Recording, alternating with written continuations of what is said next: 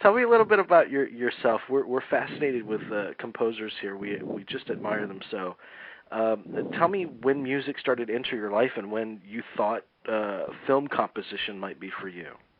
I started very young, about maybe 10, 11, something like that, playing guitar for girls in the backyard. Mm. That was a good start. And then I formed a rock band in high school, playing bass guitar and drums and piano. Taught basically myself all the instruments. And later I went to music conservatory, a little bit more serious studies. Right. Now, you studied electronic music. Is that part of what you studied? Yeah, first at conservatory, of course, in Prague, it was a very serious traditional schooling. Later in Sweden and Stockholm, I studied electronic music and music concrete in electronic studio EMS, which there was terrific 2 years or 1.5 year experience. Yeah. Tell me about that discipline with electronic music, because it's becoming more and more frequent and more popular in certain films. How is it a different kind of discipline than the typical composition that we've come to know in the past?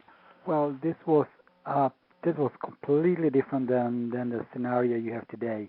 I'm talking about maybe 1995, something like this neighborhood, meaning no samplers or very primitive 1.5 second sampling time. Right. So all the studyings were basically starting from Schoenberg, Berio, Stockhausen, of course, electronic composers, cutting tapes, doing noises on old piano and cymbals and gongs, and then by changing speed, playing backwards, and through harmonizers, through different processing, getting some kind of variety of sounds. So basically, a lot of loops running at the same time and on different speeds, variable speed as well on tape recorders. Mm-hmm. No libraries, no distorted reality libraries like that we have today. So completely different kind of approach to electronic music, but very interesting. And today, when I using libraries, I kind of think the very similar way. Like, here's a loop, and I can cut it here. I can play it backwards. I change the speed and things like that. Yeah, I would imagine that technology has lent so much to the progress of film composition. But is there any way that it is that it hampers the process? Is there any way that it can become a crutch of any sort? In one way, yeah. One way, yes. But I kind of feel that electronica for me is another color in orchestra, since I study also classical composition. So for me, it's another color. We know how to write for clarinet, how to write for cello. I mean, we know how it sounds. Mm-hmm. But if you say, okay, I want some kind of pulsing, dark drone. So, what kind of drone, what kind of pitch, pulsing, how fast, how deep, we are completely in kind of unknown territory, and it's very inspiring for me. Yeah. How would you describe your process for creating a score? What are the steps for you?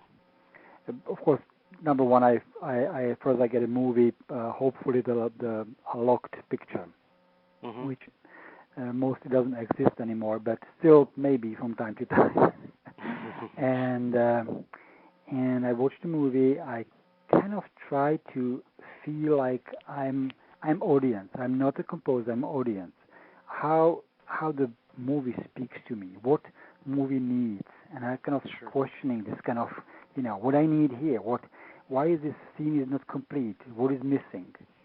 So I'm asking these kind of questions, and then I try to find the answers. Yeah. So you prefer to see your preference would be to see a movie when it is locked. You don't want to come in on the script phase or the pre-production phase. I mean, that's rare, but It happened a couple of times. It's really rare nowadays. Unfortunately, I love to meet filmmakers in advance and talk and approach personality. You know how we communicate and how we feel about each other, how what we like and read scripts. I'm reading scripts all the time. Yeah. That's kind of ideal situation. So, do you find that the directors that you work with are musical themselves, that they know how to communicate musically with you? Some of them they are very musical. Some of them they are less musical. Yeah. I prefer to talk more kind of in abstract word, meaning meaning like what do you need here? What is scene? What do you expect from music? How do you want me to complete this scene? Do you want a big theme here? Do you want some drone here? Do you want some groove here? And so on and so on. Instead of telling me, I would like to have some flute solo here. Right. So go ahead. I'm sorry. Could you illuminate for me certain instruments that for you express a certain emotion, that you know that's the go-to instrument for fear or for joy or a touching moment? Are there instruments for you that you constantly find yourself going to create those emotions, or do you try to switch it up as much as possible? I try to switch, and my ears are always open for new instruments and for to find some maybe ethnic instrument and placed it in the middle of the score. Like for example, this famous story with Ronin, when I used duduk and put it in the middle of symphonic orchestra and carry basically the whole thematic part of the score. Right. So I'm always up to this kind of, I have ears. Oh, that was cool. Let's try this. Let's play out of the range. Always kind of try little weird things. But of course we have classifications of classical instruments. Oboe, you're supposed to hear and see some nature. Violin solo, slow, emotional. Your love theme, flute, some kind of, we have kind of this kind of classifications already, and it's kind of coming from instruments itself. So it's kind of logical. But personally, I like. I have one of my favorite instruments is cello because it's so expressive instrument. Can play very heroic to very lyrical. So cello, of course, I love violin. I play both of them badly. No. I'm sure you're being modest. We've talked to many composers, Terence Blanchard and Howard Shore, and on and on and on. We love composers, and they seem to all speak of the importance of keeping your ears open to international music, international sounds. Mm-hmm. And did you come originally? Were you born in Czechoslovakia? Is right. that where you? Yeah. And I'm wondering, do you find that that's important? Do you listen to a lot of classical music and film composition from around the world to keep up to date on things? Yes, I do. I always have soundtracks in my car. That's basically most of the place I listen to the music. I have good connections with a big editorial post house. I call them. So what's new now? What's hot? Send me something interesting. So they send me. So I'm kind of like keep ears and eyes. What's going on? The place I was born is actually a very interesting place. It's in a southern part of Moravia, close to Austrian border, just a couple of miles from place where Janáček was born. So it's border with Slovakia and Hungary. So I kind of Chardash is my blood. Yeah. do you have? I'm skipping around. I'm sorry. Do you have a favorite composers or favorite compositions that you always go to for inspiration? Oh, that's so many. You cannot. This program wouldn't last.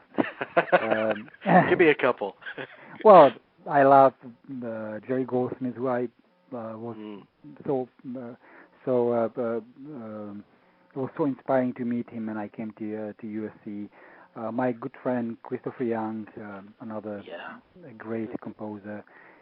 From the classical side, John Williams, I think unbeatable. Our biggest legendary composer we have actually. And many others, Danny Elfman, Howard Shore, James Newton Howard. I mean, there are so many. There are lots. There are lots, yeah. And each of them is versatile in their own right, but there are some composers obviously that you can tell their sound. They have a kind of a signature sound. Right. I'm wondering, what would you classify your sound as? That's a really difficult question. I think I found in a movies I'm doing today, these movies are more suspenseful, horror, dramatic movies. I found really very good corner for myself where electronica meets orchestra, because I can write for both.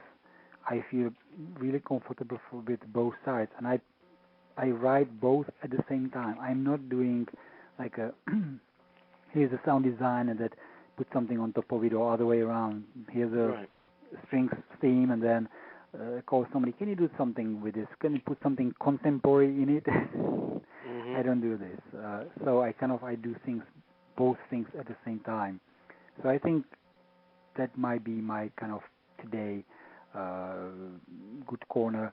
But I love also just purely acoustic music, and I wrote a couple of black comedies, which I love a lot. Yeah. Love to do these more. You are very versatile, and looking over your resume and listening to your music, was your big break, was that Nash Bridges, or am I mistaken? Nash Bridges was the big step to TV, but somehow the real one was actually Ronin and Stigmata. Oh, well, yeah, you can't argue with those. Yeah, you really can't. Let me ask you a quick question about working in the TV medium, and then we'll get right to Frankenheimer and Slither, or I'm sorry, Splinter. Splinter.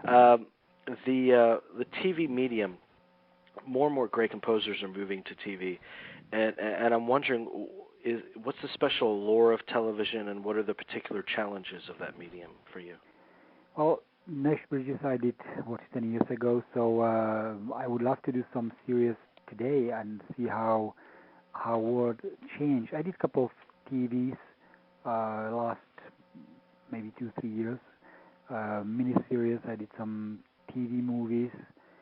I don't know. I kind of write it very similar way like I write for the movies. So, but of course, if I would do a series, I have to make 10 minutes a week or 15, 20 minutes a week or something like that. That I have to probably scale down. Yes, I noticed that some bigger composers they move to TV world. I don't know really why. No. Well, we hear from actors all the time that there's in large part very good material on TV now. Oh yeah. So I'm wondering if that certainly helps your voice as a composer, the strength of the material, or is that irrelevant? That's actually, I think you nailed it. I remember this year, was it this year? This year I had a little bit time over the summer, so I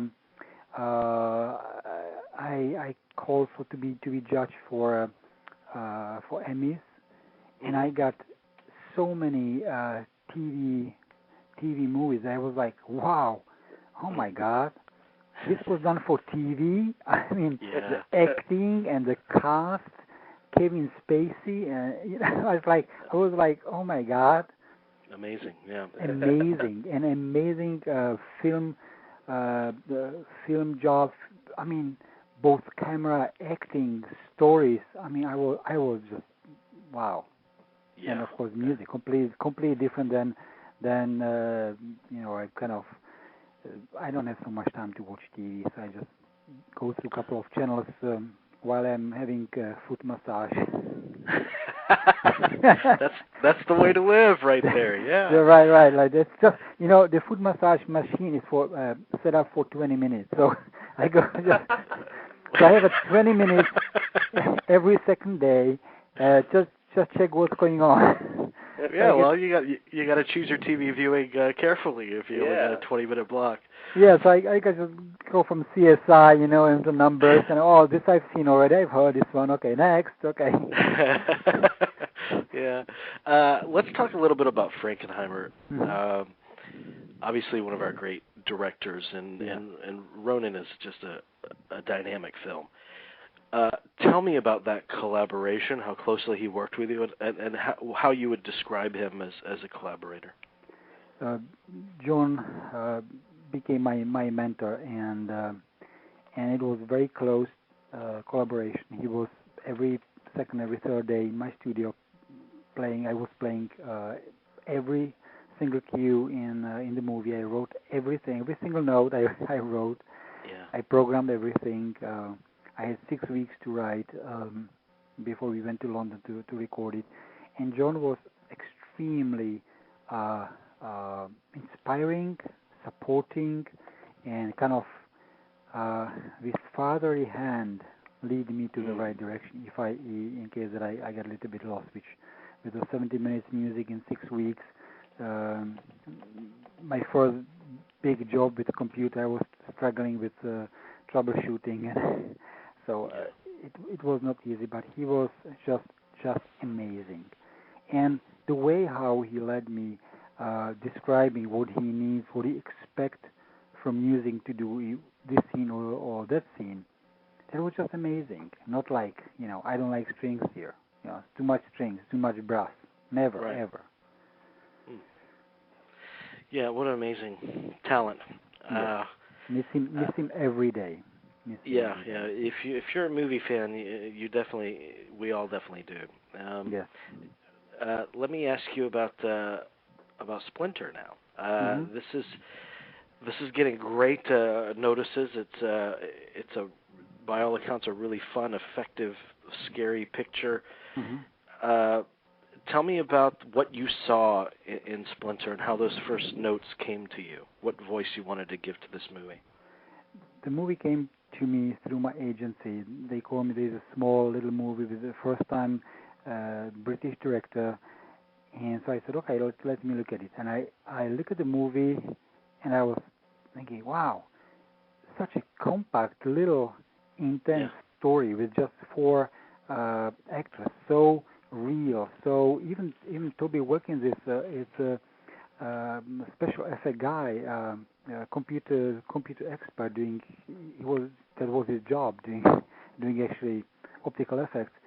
Everything was kind of so real, so organic, with such a great acting, and I saw an opportunity to do something unusual, something supporting this already so good movie. So it was very, very exciting, very inspiring. Is there a special challenge to doing horror films? Always, yes.